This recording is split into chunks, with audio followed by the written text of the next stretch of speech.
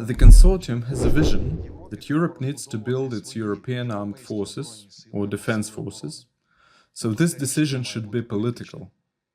This is not a defense industry. This is a European defense force, that is joint defense capabilities. They should include, first of all, strategic deterrence forces against Russia, of course.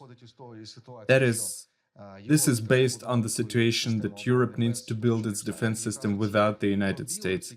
And it is precisely these gaps that arise after the United States withdraws, such as strategic intelligence, missile defense systems, deep strike and the nuclear umbrella that must be taken into account in our because we are Europeans, plans. By the way, I want to emphasize that when I say European defense forces, I always mean Ukraine. The armed forces, the Ukrainian defense forces, are part of and should be part of the European defense forces. The wider Europe, not just the European Union, because we do have the United Kingdom, Norway, Turkey, by the way, where interesting processes are now unfolding. There is also Canada, which has recently been looking more European than American. So this is an interesting process of forming a new Europe, including, of course, Ukraine. And by the way, the white paper is written until 2030, and we say that we want to be in the European Union in 2030. So this vision should coincide with our vision. But what is there, in my opinion, what is missing in the white paper, which is in principle correct?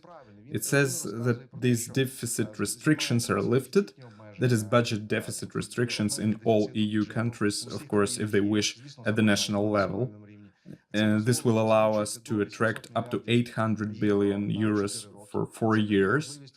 This makes it possible to develop those areas that are explicitly spelled out there: air and missile defense, artillery systems, ammunition missiles, drones, and anti-drone systems, military mobility, artificial intelligence, quantum technologies, cyber, radio and electronic warfare, and strategic means of ensuring and protecting critical infrastructure. Everything seems to be written correctly, but the question remains, who will implement it? Even if we have 800 billion euros, even if we have an understanding in Brussels at the level of the European Commission that it is important, that it needs to be done. First,